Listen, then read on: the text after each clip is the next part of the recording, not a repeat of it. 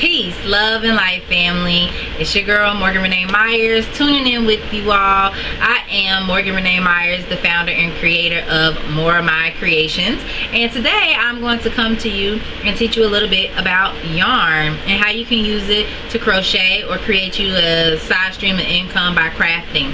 So, first off, when you are choosing yarn, there are so many different things to choose from, but first let me give you a little bit of history on it. So what is yarn? Yarn is sheep's wool or any type of animal in that family. So there are things called alpacas, sheeps, and so pretty much they shear the hair off of the animal, they run it through a machine, and the machine gives the yarn what we call ply, kind of like toilet tissue, how you have 1, 2, 3 ply, and so that's what the yarn is twisted into, and so that's what you get when you buy it in the store. It's already been sheared and done what it needs to be cleaned and twisted at the manufacturer. Then they also use dyes. Now there are different types of yarn. You have synthetic yarn, acrylic yarn, you have cotton, you have wool. All of these different types of yarn gives you a different type of texture and feel, depending on what you're going to be wearing or using the yarn for. So a lot of people that are just starting out learning how to crochet or craft with yarn, there are instructions that come with what type of yarn that you need to create your finished product. And so my suggestion to you is to just play around, see what feels good, what's the best fit for you. A lot of my creations, I use acrylic yarn because I'm frugal and it's the cheapest thing in Walmart to buy, but I'm understanding that if I want more quality pieces, that I'm going to have to purchase quality yarn, which is more of the cottons and things of that nature. So where do you buy yarn? You can buy yarn from Walmart. This is Red Heart Super Saver. It's like the cheapest yarn they have at Walmart, like $2.94, $3.16 with tax. They actually have one a little cheaper than that at Walmart now. I can't think of the brand, but you can buy it from Walmart and any craft store. So Joann's, Michael's, AC Moore, places like that. There's also a place in the city I'm in Greensboro, North Carolina, downtown Greensboro. It's called the Yarn Shop, and they sell very fancy high-end type yarns, and it will not be the same price as it is at Walmart. Okay, so how to pick your yarn? First off, whatever color scheme that you're going with or whatever pattern that you're reading or learning from, that's the type of yarn you want to get. Now you can always substitute things. Some of these crochet tutorials will tell you you need a cotton, but if you want to use acrylic, you can. So it's just learning how to play with it. But I'm going to show you how to actually, start using your yarn. So if you just saw I pulled like this piece out, this is going round and round and round in yarn, and so if I was to start crocheting, it would just be rolling all over the floor, okay, because it has no structure at this point. So what you want to do is find the middle piece inside the yarn. Let me see, I would not be able to find it while I'm filming. Let's see if I can find it. Okay, there we go. So I had to kind of dig a little bit, and as you start to play with yarn more, you'll understand how to find your end piece too.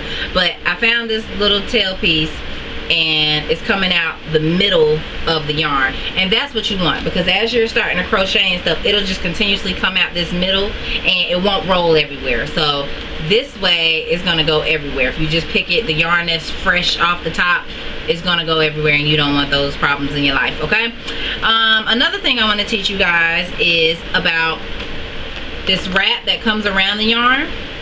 I'm going to take it off for you. So it gives you instructions. I don't know if you can see that. It gives you instructions. Let me tear it off. But be careful when you tear it off, because there are usually patterns on the inside. So if you're learning how to read crochet lingo, or you want to start practice, or you know how to read it but you don't do too well with the verbal stuff, then save these. So it has all the information you need. It tells you, so a lot of patterns will tell you you need 4, medium 4, or 5, or large, or something like that. It'll tell you what size hook will be best if you're knitting or crocheting for the piece. It'll tell you all of these symbols are about how to wash it, and you just have to look those up, and the different symbols will let you know if you can wash, dry, tumble, or not. And then on the flip side, you have, well, on the front you have a picture of you know, some advertisement of a scarf. And then on the flip side, it'll give you a whole entire pattern. And so in another video, I'll break down the different types of lingo. So you have your chain stitch, your double crochet, your single crochet, your triple crochet. It's all kind of terminology here. Now when you talk about yarn, if somebody were to ask me how much yarn did you use for a project, I call it skeins, S-K-E-I-N-S. So I use 3 skeins to make your sweater, which is why I'm not charging you $25, because I had to buy 3 of these things, which was probably about $25. You see what I'm saying? So it kind of puts it into perspective for the customer. Like, I spent a lot of money and time on all of this yarn. So skein is the word that we call yarn bundles. Now sometimes you just have excess yarn or your little balls of yarn. Those aren't skeins anymore at that point. But yeah, just a little know-how. Now I just want to show you all my work in progress. I didn't want this video to be super long. Just wanted to give you a little bit of information. Right now in my city of Greensboro, North Carolina, home to the illustrious North Carolina Agricultural, Lord, you can tell I ain't go there, Agriculture and Technical State University, A&T. Their homecoming is coming up in October. And then I am an alumni of University of North Carolina at Greensboro, Spartan Pride, and we have the same colors, blue and gold. So I'm making different scarves and hats and things for the season, getting prepared for homecoming season. So far I've used a part of a skein of yellow or gold mustard yarn, and I have some navy blue yarn as well. And last thing I want to talk to you all about, and then I'm going to get out your way, are crochet hooks. So there are a multitude of crochet hooks and crochet utensils. So this is my little crochet hook case. Boye is, B-O-Y-E, is the company that makes, one of the companies that makes crochet hooks and knitting needles and things of that nature. Now mine is messed up, but originally it had holes on the side where I could hold all my, I'm making a mess, where I could hold all my, let me take these out, utensils. You can see these are different hooks, and let me show you the different sizes. So this is a, so when you're crocheting and the pattern tells you that you need a size L hook or an 8mm hook, the hooks each have the size and the letter on it, and they vary depending on if you're in America or the UK, so you have to be careful when you're watching some of these videos. This is one of my favorite, the 5mm hook, or size H/A. This is a bigger hook, 11.5. You use these for like chunky yarn, big scarves, things of that nature. And then some other utensils that you want to have are your scissors. I have stitch markers.